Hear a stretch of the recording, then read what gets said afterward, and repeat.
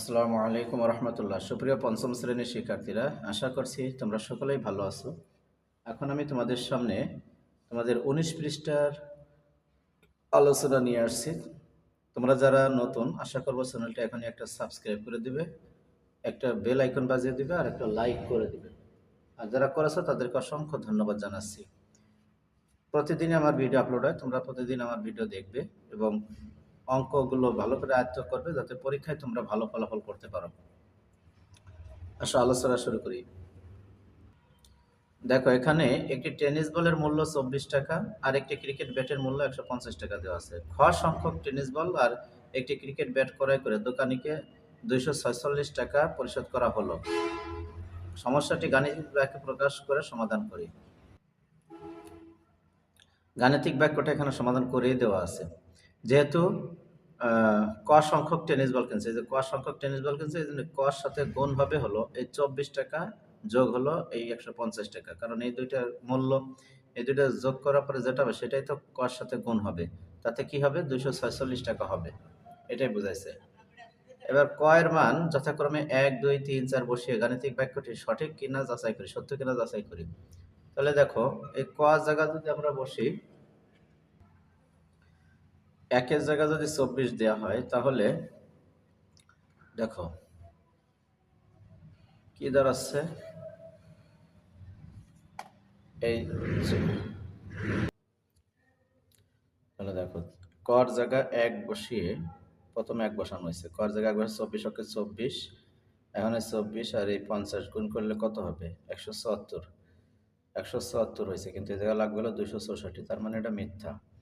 ঠিক এই একই কায়দায় যদি আমরা এটা করি, এখানে 2 বসালাম, এখানে 2 বসালাম, 2 বসালে কি হবে, এই 24-এর সাথে আমরা 2 গুণ করি, 24 গুণ 2 কত হলো 48, এই 48 যোগ 150, 246 কি হবে, দেখো এই 48 যোগ হলো 150 কত হলো 198 হলো, 198 আর এই জায়গায় আসে কত 246, তাহলে এটা মিথ্যা,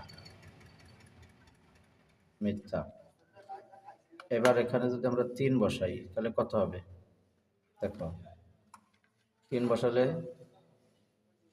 24 গুণ হলো 3, এর সাথে যোগ হবে 150, 150 তাহলে 222, তাহলে এই জায়গায় আসতেছে 222 আর এখানে আছে কত 246, তার মানে এটা মিথ্যা।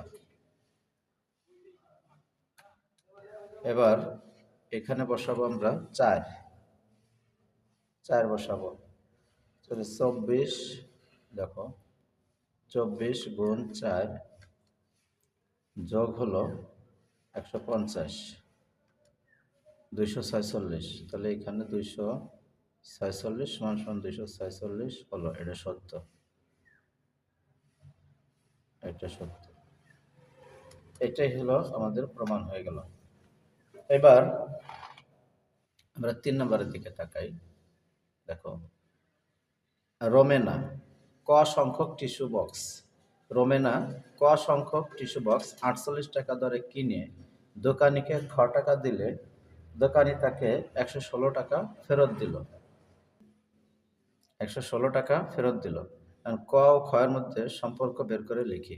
সম্পর্কটা কি, দেখো ক সংখ্যক টিস্যু বক্স 48 টাকা দরে কিনছে, তাহলে ক গুণ 48, এখন খ সংখ্যক টাকা দেওয়ার পরে দোকানি খ সংখ্যক, তাহলে এই জায়গায় আমরা খ সংখ্যক টাকা দেওয়ার পরে 116 টাকা ফেরত, 116 টাকা ফেরত, এই হলো আমাদের এটা।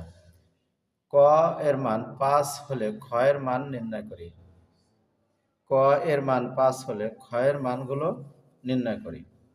তাহলে দেখো,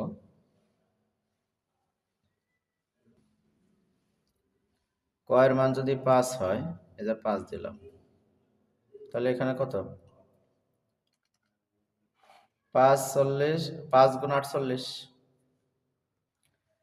সরি এখানে ক লিখো, এখানে ক দিয়ে এখানে 5 দাও, তাহলে 45 আর 48 গুণ করলে কত হবে 5 গুণ 48, 5 গুণ 48 গুণ করলে হবে 240, তার মানে এখানে 240 আসলো। এখন এখানে যদি 240 হয়, এখানে ক্ষয়ের মান কত হবে? ক্ষয়ের মান হবে হলো, আমরা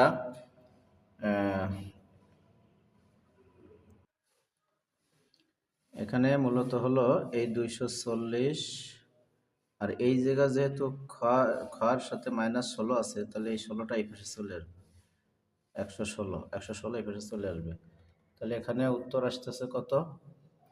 তোমার এই 240 যোগ হলো 116, যোগ হলো 116, তাহলে 356। 356, এটা হলো ক্ষয়ের মান। আশা করছি তোমরা বুঝতে পারছো। এভাবে এটা সমাধান করা হলো।